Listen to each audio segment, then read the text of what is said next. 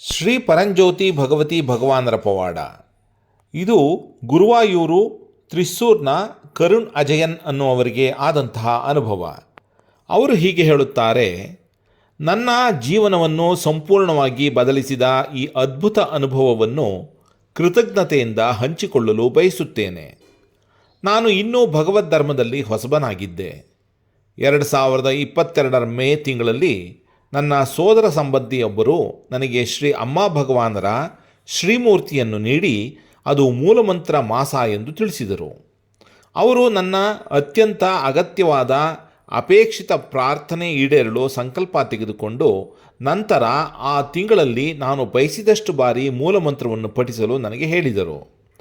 ನಾನು ಆಸ್ತಮಾದಿಂದ ಬಳಲುತ್ತಿದ್ದೆ ಮತ್ತು ಸರಿಯಾಗಿ ಉಸಿರಾಡಲು ಸಾಧ್ಯವಾಗುತ್ತಿರಲಿಲ್ಲ.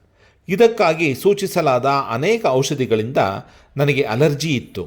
ಆದ್ದರಿಂದ ನನ್ನ ಉಬ್ಬಸವನ್ನು ನಿಯಂತ್ರಿಸಲು ನಾನು ಇನ್ಹೇಲರನ್ನು ಬಳಸಿದೆ.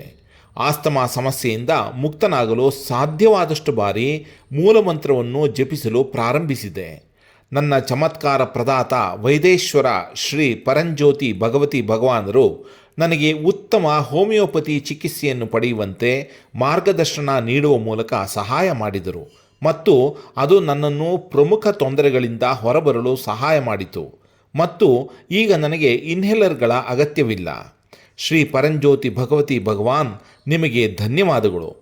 ಇದು ನನಗೆ ನನ್ನ ದೇವರೊಂದಿಗೆ ಬಲವಾದ ನಂಬಿಕೆ ಮತ್ತು ಬಂಧವನ್ನು ನೀಡಿತು. ಈಗ ನಾನು ನನ್ನ ಅಧ್ಯಯನಕ್ಕಾಗಿ ವಿದೇಶಕ್ಕೆ ಹೋಗಲು ಕಾಯುತ್ತಿದ್ದೇನೆ. ವೈದೇಶ್ವರ ಶ್ರೀ ಪರಂಜ್ಯೋತಿ ಭಗವತಿ ಭಗವಾನ್ ನಿಮಗೆ ಅನಂತ ಕೋಟಿ ಧನ್ಯವಾದಗಳು.